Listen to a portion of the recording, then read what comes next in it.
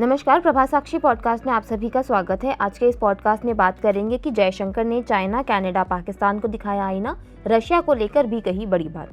तो आइए सुनते हैं आज के इस पॉडकास्ट को। लेकिन उससे पहले अगर आपने हमारे चैनल को सब्सक्राइब नहीं किया है तो ज़रूर कर लें, ताकि आप रोज़ ऐसे ही इंटरेस्टिंग और जानकारीपूर्ण पॉडकास्ट सुन सकें। विदेश मंत्री एस जयशंकर ने चीन, पाकिस्तान, कनाडा, अमेरिका और रूस से भारत के संबंधों को लेकर कई बड़ी बातें कही हैं। एक परिचर्चा सत्र को संबोधित करते हुए जयशंकर ने चीन, पाकिस्तान और कनाडा को आईना दिखाया। वहीं रूस और अमेरिका के साथ भारत की दोस्ती के विभिन्न पहलुओं का भी उल्लेख किया। चीन पर बयान।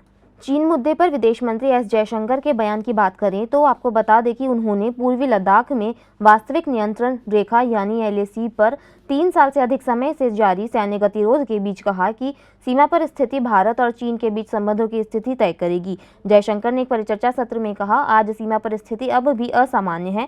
चीन के साथ भारत के संबंधों का हवाला देते हुए उन्होंने कहा कि सीमा के प्रबंधन से जुड़ी व्यवस्था के उल्लंघन के कारण संबंध मुश्किल दौर से गुजर रहे हैं। जयशंकर ने कहा, हम मानते हैं कि चीन एक पड़ोसी देश है, एक बड़ा पड़ोसी देश, लेकिन आज वह बहुत प्रमुख अर्थव्यवस्था और बड़ी शक्ति बन गया है। विदेश मंत्री ने कहा कि कोई भी रिश्ता दोनों तरफ से निभाया जाता है और एक दूसरे के हितों का सम्मान करना होता है। उन्होंने कहा, हमारे बीच हुए समझौतों का पालन किया जाना होता है और हमारे बीच बनी सहमति से मुकरना ही आज मुश्किल दौर की वजह है।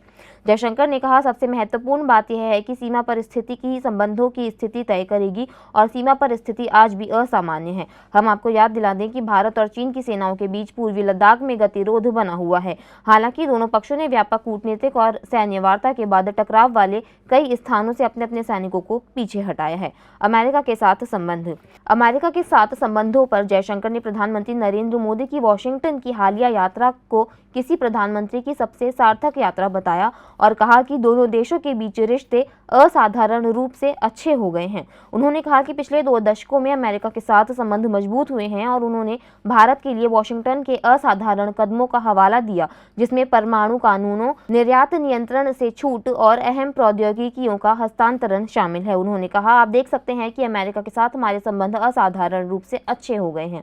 मुझे लगता है कि किसी प्रधानमंत्री की सबसे सार्थक यात्रा हाल में हुई है।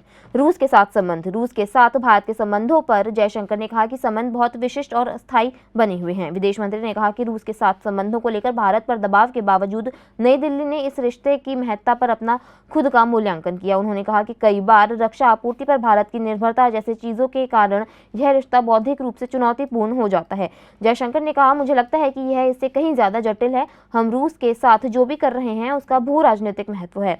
उन्होंने कहा कि आज रूस और भारत के बीच रिश्तों के आर्थिक पक्ष पर ज्यादा ध्यान केंद्रित किया जा रहा है। कनाडा मुद्दे पर बयान। इसके अलावा विदेश मंत्री एस जयशंकर ने कहा कि खालिस्तान के मुद्दे पर कनाडा की प्रतिक्रिया उसके वोट बैंक की बाध्यताओं से प्रेरित नजर आती है और अगर ऐसी गतिविधियों से राष्ट्रीय सुरक्षा एवं अखंडता पर प्रभाव पड़ता है तो भारत प्रतिक्रिया व्यक्त करेगा। जयशंकर ने कहा कि पिछले कुछ वर्षों में खालिस्तान मुद्दे पर दोनों देशों के बीच संबंध कई मायनों में प्रभावित हुए हैं। उन्होंने कहा कि कनाडा खालिस्तान मुद्दे से किस प्रकार से निपटना चाहता है, यह हमारे लिए दीर्घकालिक चिंता का विषय रहा है, क्योंकि स्पष्ट तौर पर यह वोट बैंक की राजनीति से प्रेरित है। विदेश मंत्री ने कहा, मेरी समझ के अनुसार कनाडा की प्रतिक्रिया वास्तव में वोट बैंक की राजनीति की बाध्यताओं से प्रेरित है। जयशंकर ने कहा कि कनाडा को यह स्पष्ट कर दिया गया है कि अगर ऐसी गतिविधियों को कनाडा में अनुमति दी जाती है जिससे हमारी राष्ट्रीय सुरक्षा, क्षेत्रीय अखंडता और सुरक्षा प्रभावित होती है तो इसका जवाब दिया जाएगा। पाकिस्तान के साथ संबंधों पर जयशंकर ने कहा कि नई दिल्ली आतंकवाद को सामान्य बताए जाने की अनुमति नहीं दे सकता है। आज के लिए इतना ही। अगले पॉडकास्ट में किसी और मुद्दे पर देंगे आपको विस्तृत जानकारी। तब तक के लिए जुड़े रहें प्रभा साक्षी के साथ।